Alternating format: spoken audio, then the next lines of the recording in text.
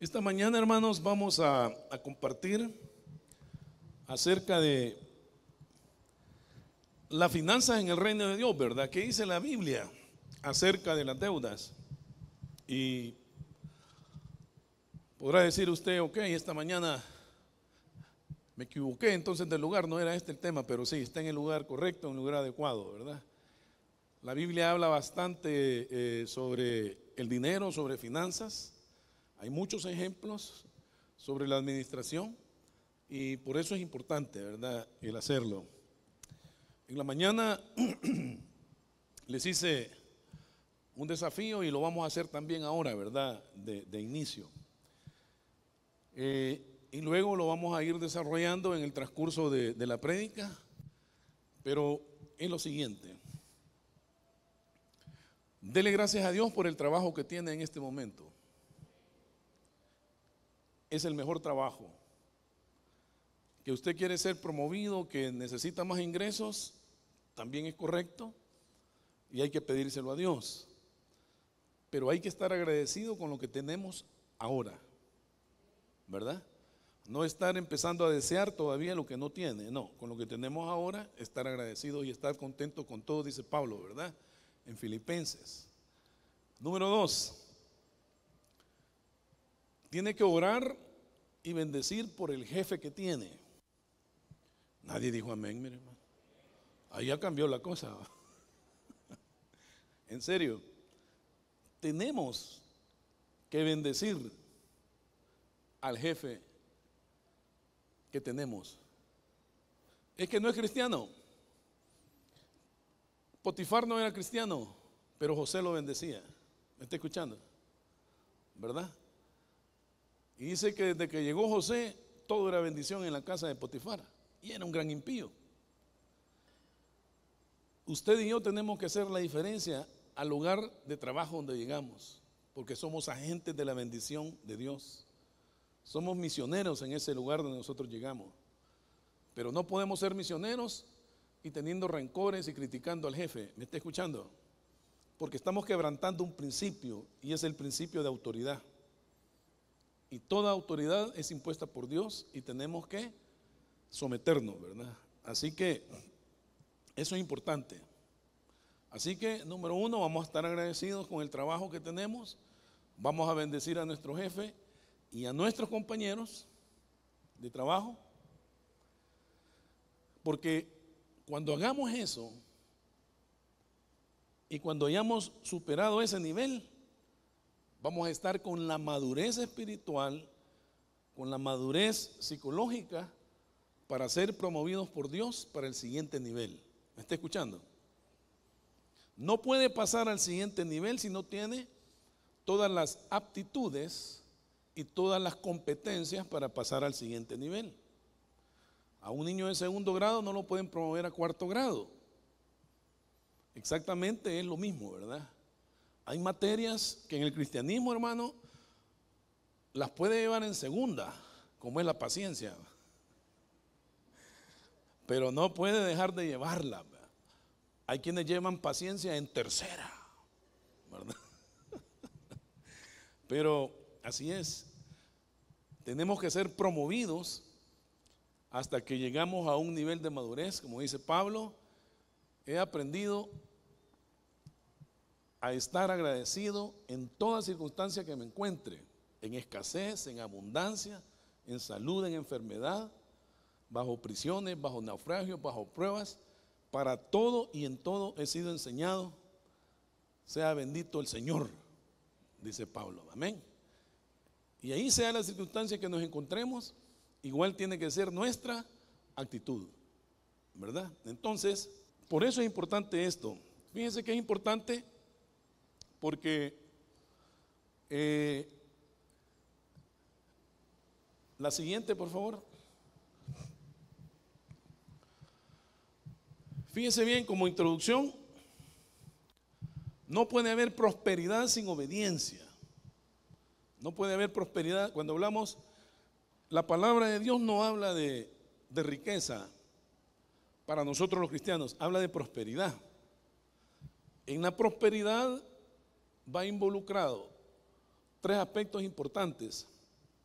La madurez espiritual, la madurez relacional y la madurez en las finanzas, que se traduce como buenos administradores o buenos mayordomos, ¿verdad? Van a la par esas tres. De lo contrario, riqueza sin madurez espiritual se vuelve una avaricia, vuelve un estrés, ¿me entiende? Hay gente que tiene dinero y anda estresada por el dinero que tiene.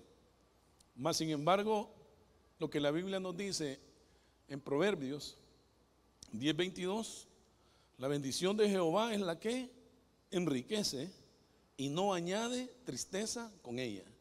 Usted anda tranquilo, ¿verdad? No anda viendo ahí si la bolsa de valores es esto. Tranquilo, usted es un administrador, no es propietario, ¿verdad? No puede haber obediencia sin prosperidad, es el otro concepto. El que es obediente, como resultado de eso, a los principios y valores de la palabra, va a ser próspero, ¿verdad? Y no puede haber prosperidad sin señorío, ¿verdad? Y eso significa que tenemos que reconocer que todo lo que Dios en su, ¿qué diría yo, verdad? Misericordia nos permite administrar, Él sigue siendo dueño y señor de lo que nos permite administrar. ¿Me está escuchando? De tal manera que nosotros no somos dueños, somos administradores. ¿Y por qué es necesario ese concepto? Porque cuando tenemos ese concepto, usted no se anda preocupando por lo que va a ganar o dejar de ganar en los buenos términos, ¿verdad? Y me refiero a lo siguiente. Por ejemplo, yo tengo compañeros que les va muy bien económicamente y cuando estamos armando los congresos para ir fuera, le digo yo, pero va a ser en Chile, entonces no vale la pena solo ir 5 días, ¿verdad? Porque es un día de viaje, otro día que se repone del jet lag y lo mismo para regresar. Entonces hay que pedir permiso, les digo yo, unos 10 días más, ¿verdad? O sea, 5 del Congreso, 10 días más, 15 días. Y empezamos a armar ahí con otros compañeros y ahí llevamos el sur de Chile, le digo, es lo mejor, ¿verdad? Eso sí, y teníamos que arreglar ahí para llevar también a nuestras esposas, ¿verdad? Porque yo tengo permiso hasta 5 días ir solo, ¿verdad? Pero ya más de 5 días tiene que ir ella. Así que, imagínense, estábamos ya armando todo y él dice, no voy a ir. ¿Y por qué no vas a ir, verdad? Porque no es problema económico. No, me dice, es que no puedo dejar 15 días la clínica. Y todo ese dinero, no me dice, todo ese dinero no es tuyo si no te ha llegado todavía. ¿Me estás escuchando? Entonces, ese es el estrés, eso ya es ambición. Porque estás queriendo contar con algo que no tienes. ¿Ya? Esa es ambición hacia adelante, pero también el problema de las deudas hacia adelante. En el Seguro Social, donde trabajé por 32 años, en junio dan un bono que casi es el 100% de un salario. Y me decía un compañero ahí, mira, no tenés tanto que me prestes ahí. No, hombre, si ya viene el bono, le digo. No, si ya lo debo, me dijo. Imagínense. Ni se lo habían dado y ya había comprometido el bono, ¿verdad? Sucede algo similar con el aguinaldo, ¿verdad? Para muchos enero es un desierto, dice. No, hombre, enero es un mes normal, no, es un desierto económico. Porque la Navidad nos deja desfalcados, ¿no? Y no es cierto, ¿verdad? Son los conceptos que la gente ha mal aprendido. Los meses son iguales. Lo que falla es el desorden administrativo. ¿Me estás escuchando? Eso es lo que falla, ¿verdad? Pero de ahí para allá todo es exactamente igual. Si hablamos de consejos financieros, la Biblia habla mucho sobre finanzas, ¿verdad? Habla sobre finanzas personales y habla sobre todo. ¿Y por qué es importante este tema? Hay una odontóloga que siempre me decía, y me caía mal, pero realmente me decía una gran verdad. Es que mire, doctor, me dice, si el 95% de las decisiones que tomamos en el día tiene que ver con dinero. Y no me gustaba, pero es la realidad. Desde hoy que se levantó, ¿qué voy a comer? ¿Cuánto le pongo de gasolina? Etcétera, etcétera. Y de aquí está pensando en ir a almorzar, ¿verdad? ¿Y todo eso qué implica? Dinero, ¿verdad? Se va a preparar para mañana para ir a trabajar y para movilizarse, ¿qué implica? Y etcétera, etcétera, etcétera. Podemos avanzar ahí con los ejemplos. La siguiente diapositiva. Voy a tratar de avanzar porque en el primer culto me quedé como a la mitad. Ok, estos son datos nada más de crisis administrativas. Ojo, ¿verdad? No quiero que se deprima. Lo que quiero es que reflexionemos y que tomemos acciones, ¿verdad? En Estados Unidos en el 2012, imagínense que hubieron bancarrotas más que en la década de los 60. En el 2008, de la burbuja financiera de los bienes hipotecarios, también hubo gente que quebró, gente que se suicidó, ¿verdad? El dinero no es malo, poner el amor en el dinero, eso es lo malo, ¿verdad? Imagínense que hubieron gente que se suicidó porque de una fortuna de 1.200 millones de dólares llegaron a 800 millones y se suicidaron porque se sentían pobres, habían bajado de nivel. ¿Me está escuchando lo que le digo? Y cualquiera de nosotros con 10 millones empieza a danzar, ¿verdad? ¿Me entiende? Y ellos con 800 se sintieron deprimidos y se suicidaron. ¿Qué es lo que pasa? Toda su identidad estaba con el dinero y ese es el problema. Nuestra identidad está en Cristo, hermano. El dinero es algo que nos ayuda a pasar este tiempo que vamos a estar aquí en esta tierra, ¿verdad? Pero de ahí para allá es otra historia. La deuda mediana de las tarjetas de crédito en los hogares estadounidenses, $8,400, la deuda promedio. Si sacamos la deuda acá, le diría $2,500, siendo un poco generoso, así bajándome, $2,500. Si usted solo paga el pago mínimo, prácticamente sabe lo que paga con el pago mínimo. Que no le estén llamando, que no lo estén acosando, pero no está abonando prácticamente nada, porque ese pago mínimo es para que le administren la tarjeta. ¿Me está escuchando? No está pagando nada de su deuda, ¿verdad? Así que, ojo con eso, ¿verdad? El ahorro medio por hogar es menos del 1% del ingreso, menos del 1%, fíjese bien. ¿Qué es lo que dice Levíticos con respecto a la administración del dinero? Fíjense que no estoy hablando de los judíos, eso lo hacen por la religión judaica, ¿verdad? Pero no todos son judíos, los hebreos. Pero Levíticos, ese es un estudio aparte, diezmo. 10% para los pobres y 10% de ahorro, 30%. De ahí viví con el 70%. Eso es imposible, hermano. No, es posible. Lo que sucede es que mientras no tengamos una intencionalidad de hacer las cosas, nunca las vamos a hacer, ¿verdad? Cuando yo gane, ahorita gano $1,200, cuando gane 2,000 voy a ahorrar. Si no ahorras con 1,200, no vas a ahorrar con 2,000, ni con 3,000, ni con 4,000. Hay que hacerse la disciplina de hacerlo, ¿verdad? No es cierto que porque le sobra ahorra. Yo conozco pobres que ganan $5,000, ¿me está escuchando? Pero viven con $7,000. O sea que cada mes tienen deudas de $2,000. Siempre tiene deuda, aunque gane lo que gane. ¿Me está escuchando? Porque no es la cuestión de lo que ganas, es cómo administras el dinero, ¿verdad? Y el dinero saca lo que tenemos adentro, ¿verdad? ¿A qué me refiero? El que es tacaño cuando es pobre, si llega a tener, se vuelve avaro. El que comparte cuando es pobre, si llega a tener, se vuelve generoso. ¿Me escuchas ese principio? No es el dinero lo que te tiene que hacer cambiar de actitud. Es tu identidad con Cristo, tu generosidad, tus principios, tus conceptos. Eso es, hermano. Si el dinero no es malo ni bueno, depende de el concepto que tengamos de él. La siguiente, por favor.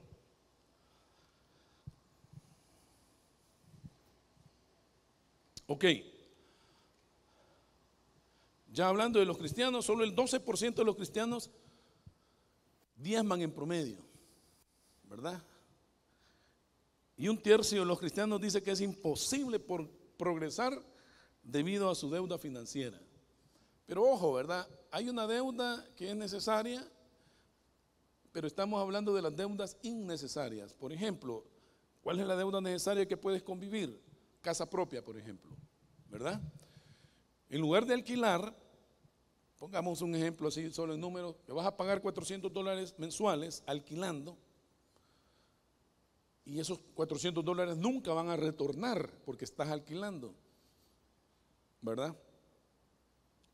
En una casa propia puedes pagar $500, pero algún día esa casa la vas a terminar de pagar. Y ahí me invita el Día de Acción de Gracias para hacer la fiesta. Ahí vamos a estar, ¿verdad? ¿Me explico? Y nadie vive de gratis, hermano. Sea donde estemos, que estemos, tenemos que pagar. Sea alquilado, sea que es una casa propia, tenemos que alquilar, ¿verdad? Entonces, ahí es el concepto de esto, ¿verdad? Y ojo, ¿verdad? Yo siempre en consejos financieros les digo, trate de tener su propia casa o casa propia, ¿verdad? A la gente lo que le asusta son las primas, ¿verdad? Es que no tengo para reunir. No, no es que no tenga. Lo que pasa es que nunca ha hecho el esfuerzo por ahorrar para una prima. Pero el día que usted decida hacerlo, va a tener casa. ¿Me entiende? Y hemos dado ejemplos de testimonios de hermanos que sin dinero tienen casa. Una de ellas, una sobrina nuestra, Camila, que ahora está en los Estados Unidos, nos sentamos en la sala y le decía yo, Camila ya tiene 2 hijas, tienes que tener una casa propia. Porque el problema es que alquilaba en un lugar, de repente le decían, mire, fíjense que ya no lo voy a alquilar, porque etcétera, etcétera. Todo lo que hemos vivido, lo que en algún momento hemos alquilado casa. Que te llegan a decir, cuando más cómodo te sentís, 3 meses le doy y me la va a dejar porque, etcétera, etcétera. O te aumentan el costo, ¿verdad? Y nos sentamos en la sala. Yo le decía, Camila, tú pues, no, tío, es que no puedo, ¿cómo va? Trabajaba en un call center, $600 más los descuentos, 500. Les doy las cifras reales. Entonces le decía yo, no hombre, vamos a orar. Lo único que tenés que confesar es que tenés fe para que Dios te bendiga con una casa propia. Pero es que hasta que confesó, oramos, ok, esa es se abrió la puerta, tocad y se os abrirá. ¿Ya? ¿Verdad? Buscad y hallaréis. Porque aquel que busca encuentra y el que toca le es abierto. Entonces ahora comenzá a buscar casa. La fe también quiere acción, hermano. No va a estar orando y esperar a que a la casa le lleguen, mire, usted quería casa, aquí están todos los documentos. No, pues tenés que salir a buscar. Hacerles breves el testimonio. En Lourdes fue a ver y todo, y etcétera, etcétera, y con el fondo social. Y yo no sé si el fondo todavía hace eso, pero antes lo hacía, que tenías que poner $2,000 y después te lo regresaba. Es raro eso, pero le dimos en préstamo ese dinero, etcétera, etcétera. Tiene su casa. ¿Cuánto es la cuota, hermano? 150. ¿Cuánto valía en aquel entonces? $11,000. ¿Cuánto le dan ahora? $30,000. ¿Me está escuchando? ¿Me está escuchando? No es que no puedas tener casa propia. Primero es pedirle a Dios, después ser realista. Esa palabra nos cuesta. Si yo quisiera tener una casa, hermano, pero no sé, me suena ahí por los sueños, ¿verdad? O sea, te vas a esperar un poquito, ¿va? ¿Me entiende lo que le quiero decir? De poder se puede, pero tenemos que ser realistas y adaptarnos a las circunstancias del momento. Ok. ¿Y por qué es importante hablar de las deudas? Casi La mitad de los cristianos terminan en divorcio, 40% de ellos por problemas económicos. Por problemas económicos. Cuando yo daba consejería matrimonial, llegaban unos hermanos bien enojados. Mi hermano me dijo, yo quiero que me explique esto. No sé si es una explicación social, ecológica o espiritual. Pero me cambiaron a mi esposa. ¿Cómo que te la cambiaron? Ahora bien seria y me está exigiendo casa. ¿Qué querés, pues? Es lo mínimo que te puede pedir. Pues sí, pero yo le he dicho que me tenga paciencia, unos 10 añitos. No, hombre, pues. ¿Me está escuchando? Y le digo, les decía yo, tenía las estadísticas y esas estadísticas existen. Ojo, no son estadísticas del doctor Dawson, son estadísticas de una revista médica inglesa, el Lancet, revista médica, que ahí ven ellos muchos estudios de cáncer y toda la cuestión, etcétera, etcétera, y de proyección de salud física. Y me llamó la atención un estudio donde comparaban a hombres de 40 años, 43 años, con 15 años de casados, con un buen matrimonio. Y cuando le hablo de buen matrimonio no le estoy hablando de que no tienen problemas siempre vamos a tener, ¿verdad? La cuestión es superarlos y tener la convicción de que queremos seguir hacia adelante con el proyecto de familia, de bendición que Dios nos ha encargado. Entonces, y esta revista es no cristiana, ¿verdad? Sino que solamente decía hombres casados después de 15 años, 40, 43 años, y hombres solteros de 40, 43 años, ganando en promedio $5,000 mensuales en un estudio en Inglaterra, ¿verdad? Y entonces ellos revisaban el estado de salud, etcétera, etcétera, todo lo demás. Lo más importante es que los hombres casados con un buen matrimonio vivimos 10 años más. Que los hombres casados después de 15 años con un buen matrimonio tenían un patrimonio 3 veces más que el hombre soltero. ¿Me está escuchando? Y ojo, que ya uno casado además vienen las bendiciones de los hijos, 1, 2, 3 hijos, que es una bendición realmente. Entonces, ¿cómo es posible que ganando lo mismo tenían más patrimonio? ¿Sabe por qué? Porque el soltero tenía un BMW del año que lo cambiaba cada 3 años en una casa alquilada. ¿Me está escuchando? Mientras que el casado tenía una casa propia, tenía un Corolita, pero se movilizaba.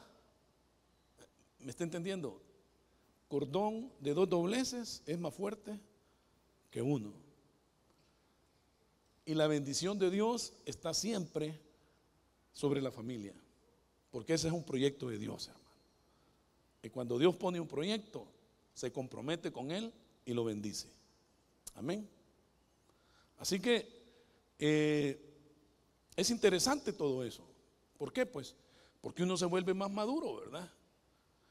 Yo se lo digo, hermano, y lo he dicho en varias prédicas y lo sigo manteniendo. Uno de hombre llega al matrimonio con un 70% de inmadurez. Y la mujer ya llega madurita como con un 60%. Nos llevan ventaja. El proyecto de familia lo lleva más la mujer que uno de hombre. Uno casi siempre lo llevan con el concepto de proveedor. Y está bien, ¿verdad?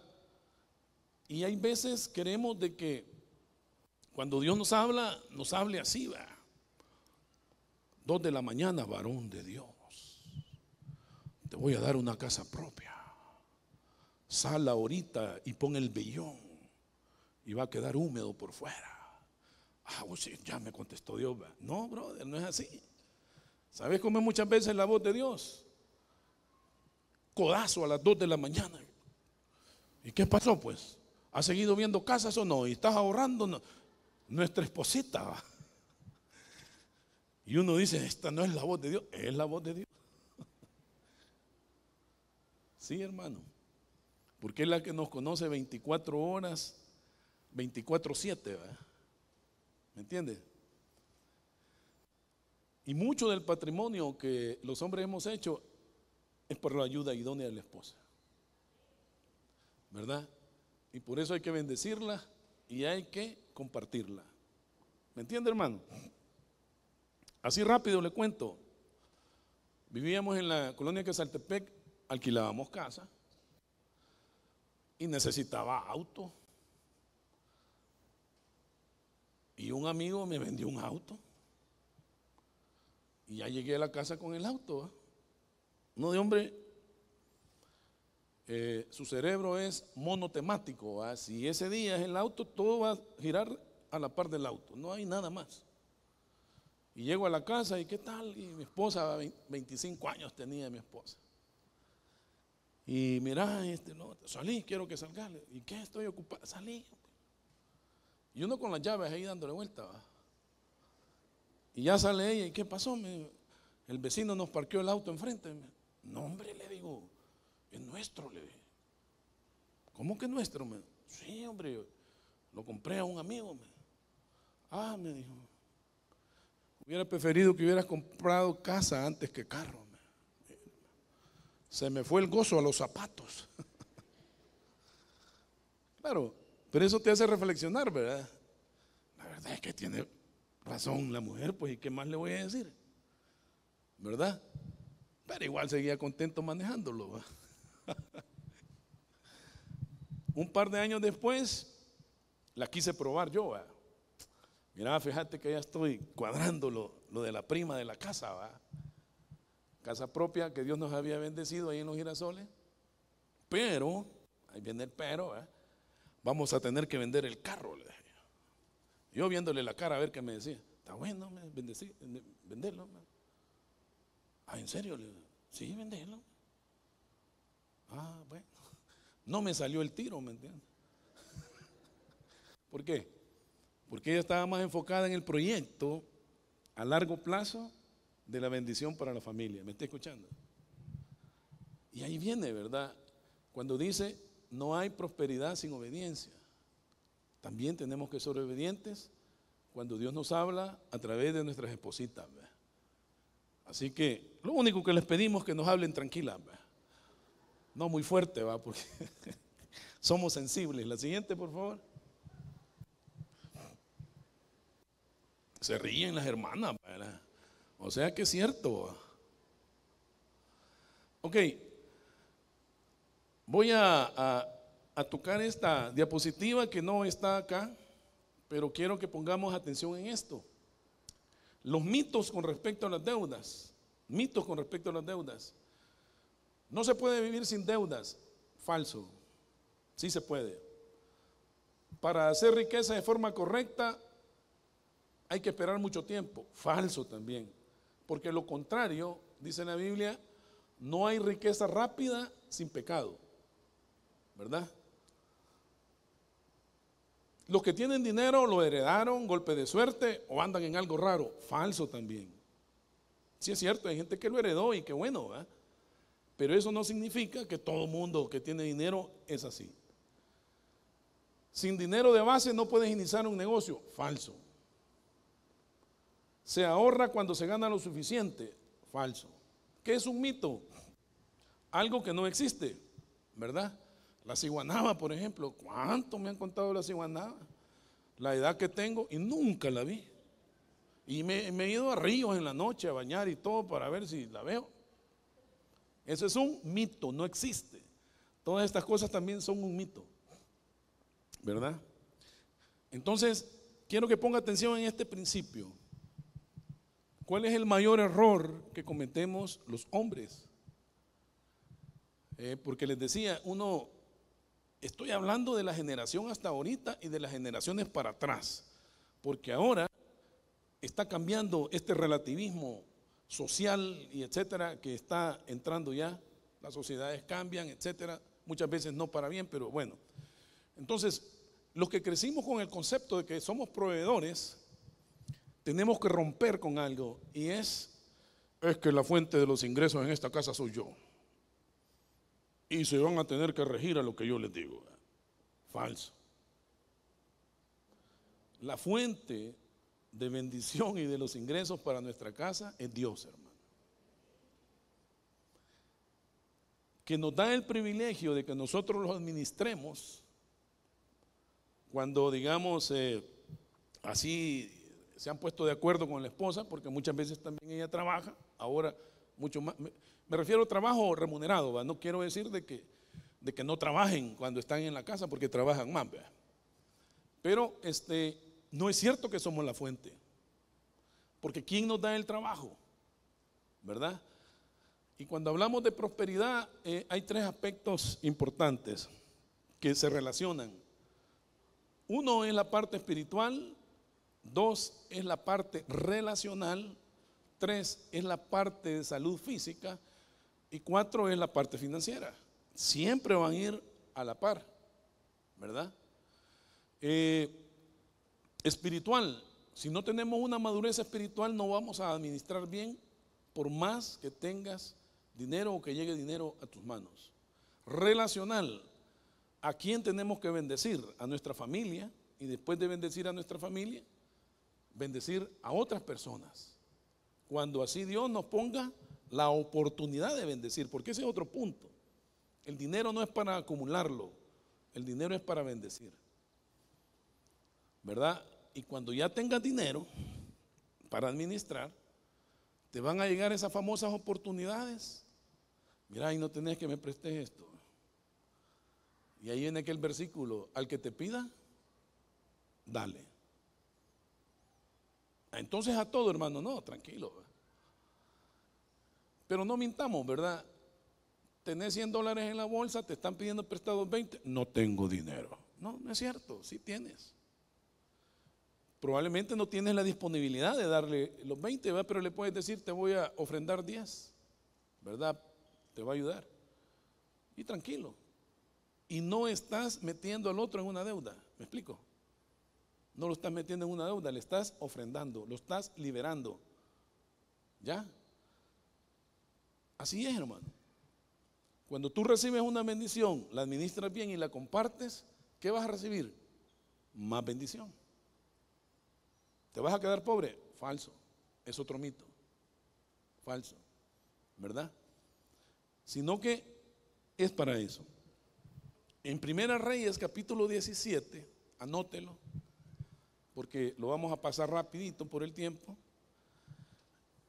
Quiero que entienda que la fuente de bendición es Dios, y hay una fuente natural y una fuente sobrenatural, en la que la mayoría hemos pasado por eso.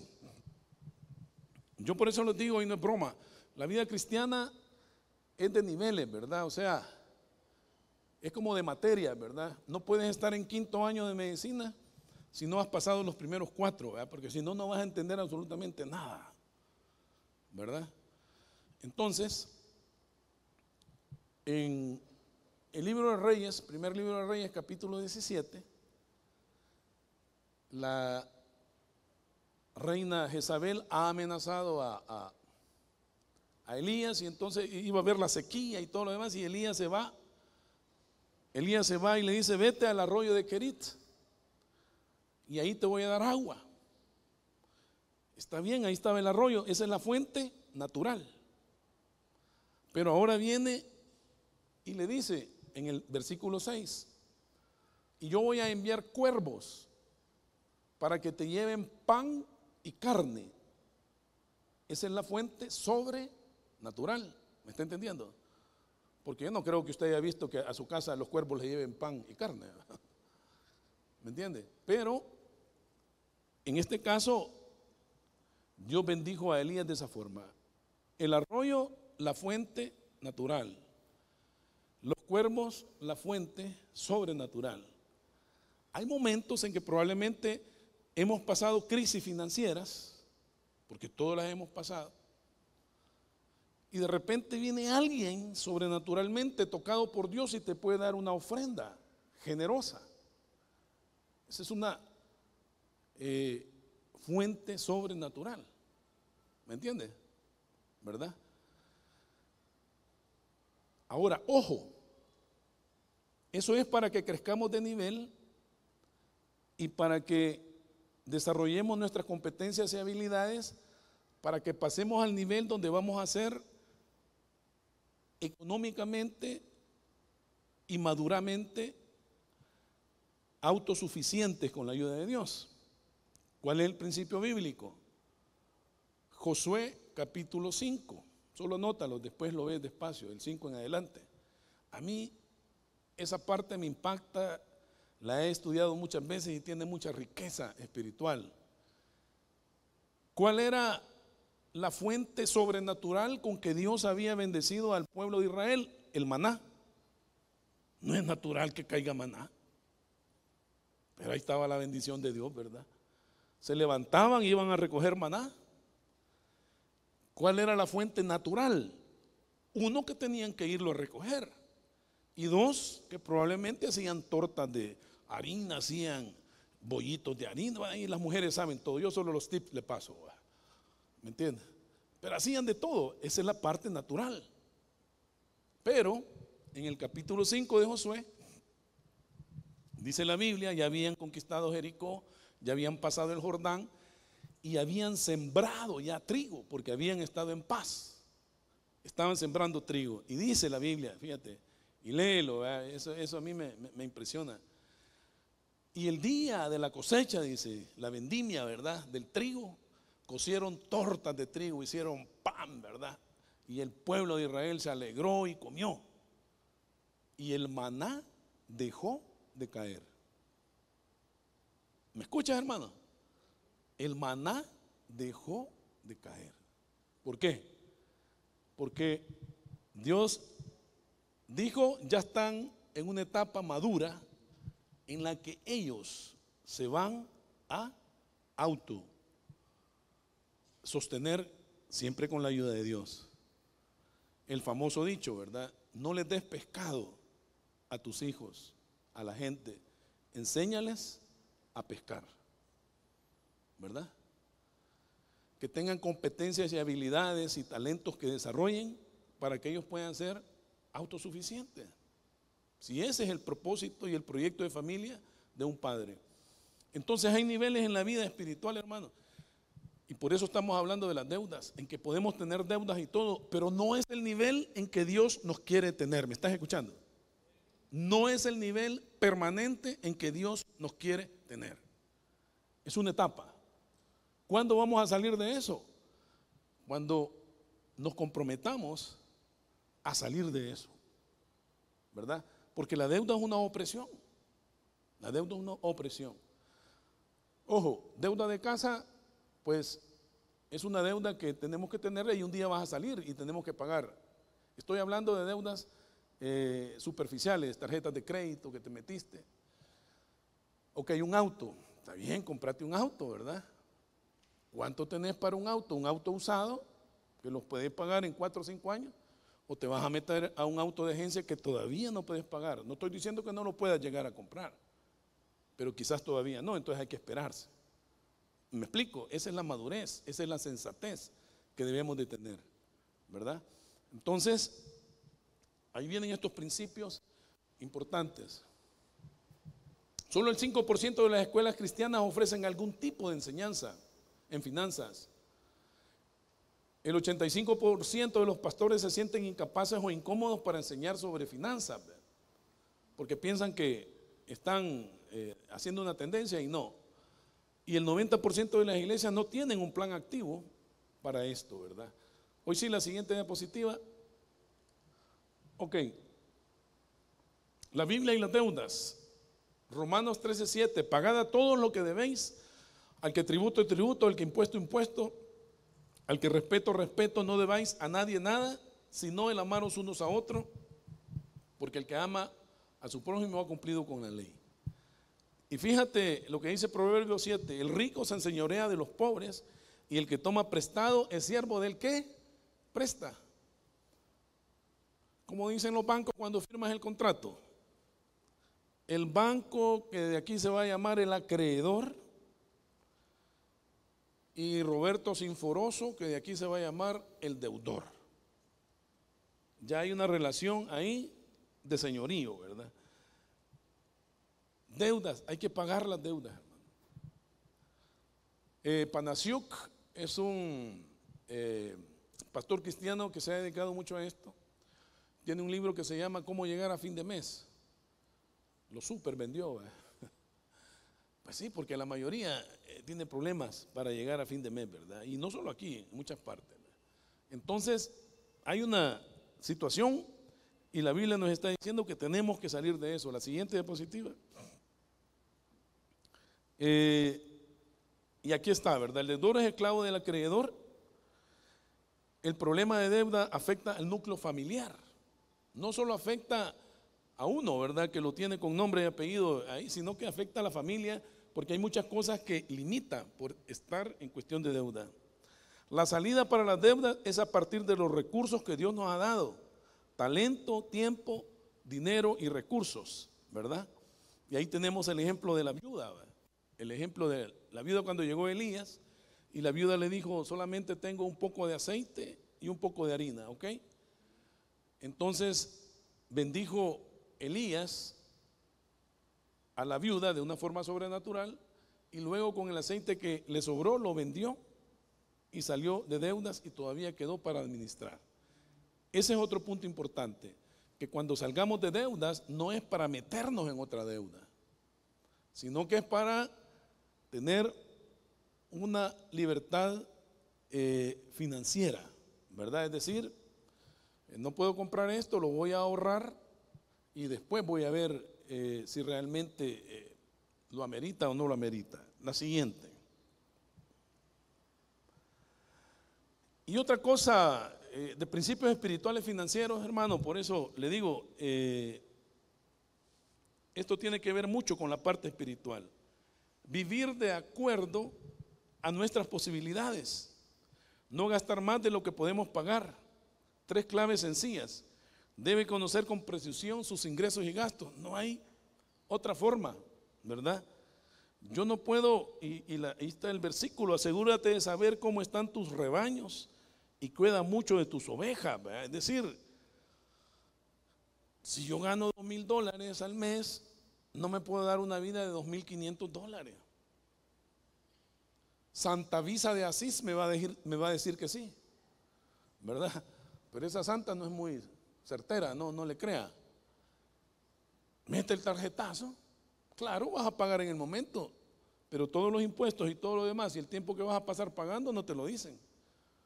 No, mire, no me alcanza. No, con tarjeta, tasa cero. ¿Cuál tasa cero? Y te cobran el manejo de tarjeta y otras cuestiones ahí, o sea, ¿verdad? Así que tenemos que vivir en la etapa que nos toca vivir. Por eso comenzamos al inicio, ¿se acuerda? Estemos contentos en el nivel que tenemos, porque solo así vamos a lograr pasar al otro nivel. Pero si estás deseando pasar ya al otro nivel sin haber madurado en este, se va a ir alargando más la situación, ¿verdad?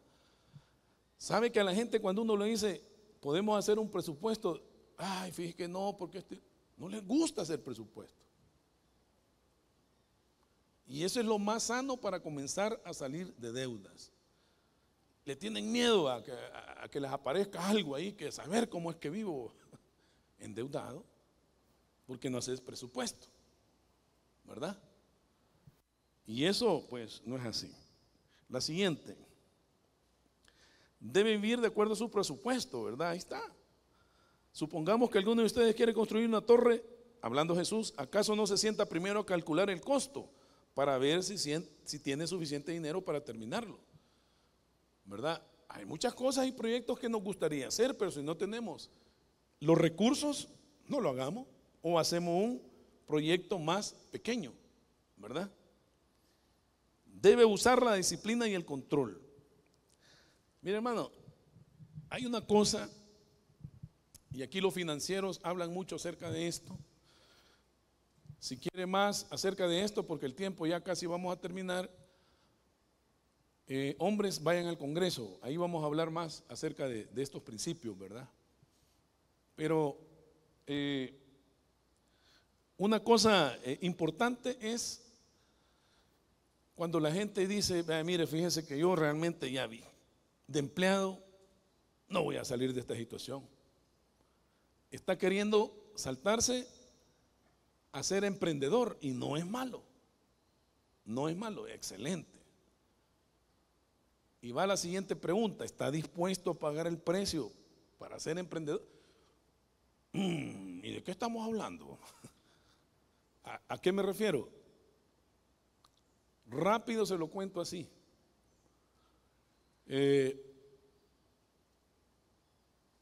Como médico he tenido la oportunidad de ver muchas historias en los pacientes, y una de ellas es una pupusería que está aquí por Montserrat, Doña Pimpa, famosa, grande la pupusería.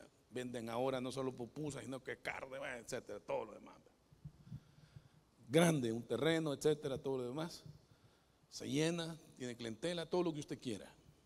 Doña Pimpa, la dueña, ya falleció. Yo la estuve tratando un tiempo y a mí me gusta que la gente me cuente sus historias. No pierda la oportunidad.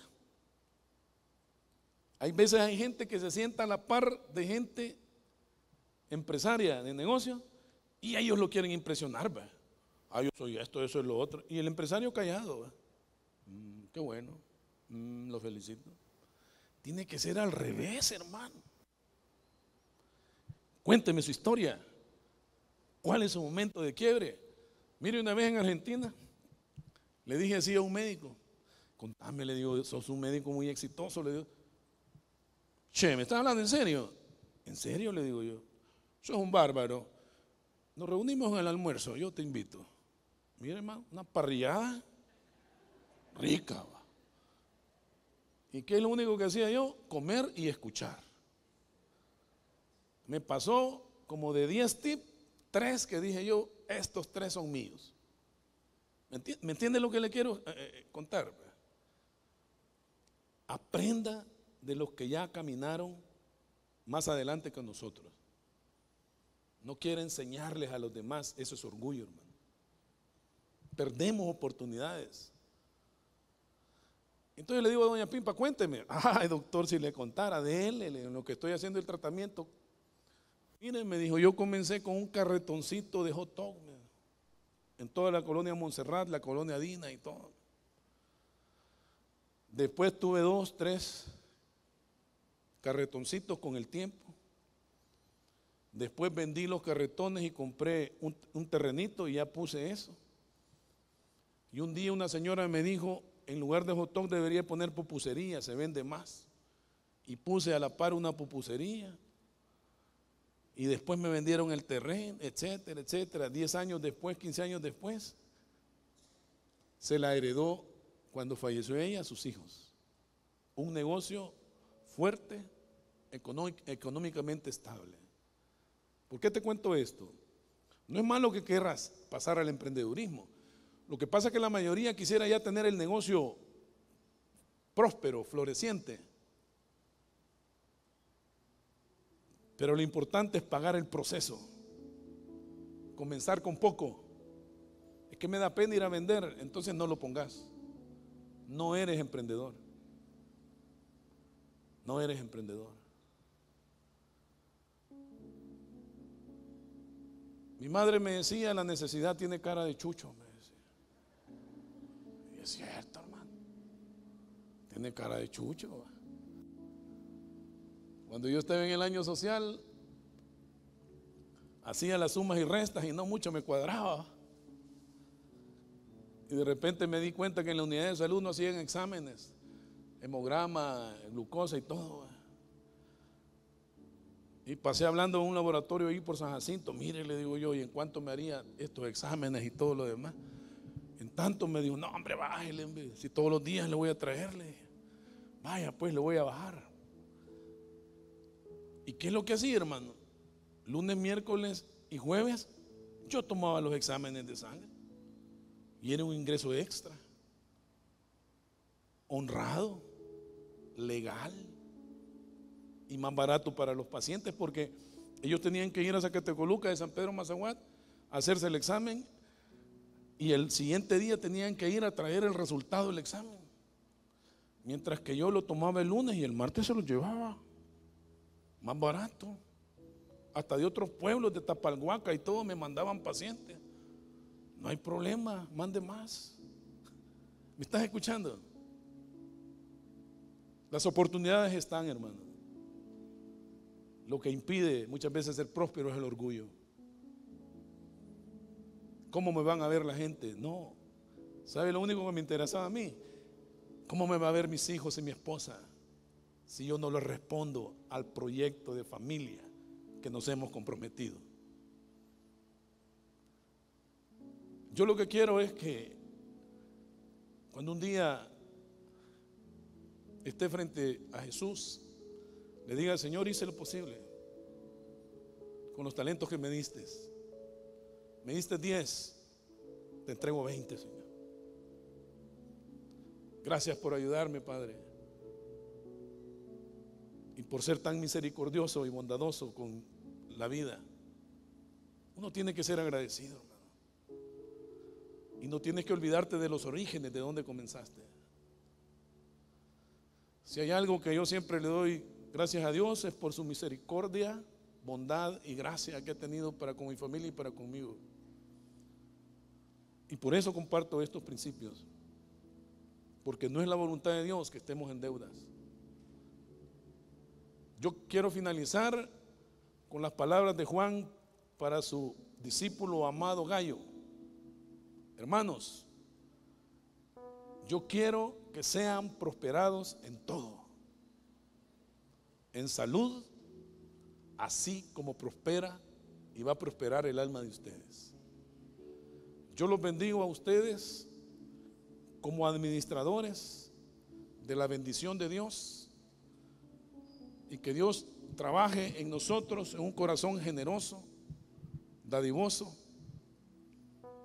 que cuando nos llegue una bendición, la primera pregunta que nos hagamos es: ¿a quién tengo que bendecir, Señor? ¿A quién tengo que bendecir? Porque cuando estemos en esa sintonía con Dios, Él nos va a decir: sí, hijo, tengo mucha gente que quiero que bendigas, porque te he escogido como canal de bendición para mucha gente. Y la bendición te va a seguir llegando y vas a seguir administrando. La bendición de Jehová es la que enriquece y no añade tristeza con ella. Dios quiere que seamos plenos, hermanos, y que seamos libres en todo sentido: espiritual, financiera, económica y en relaciones.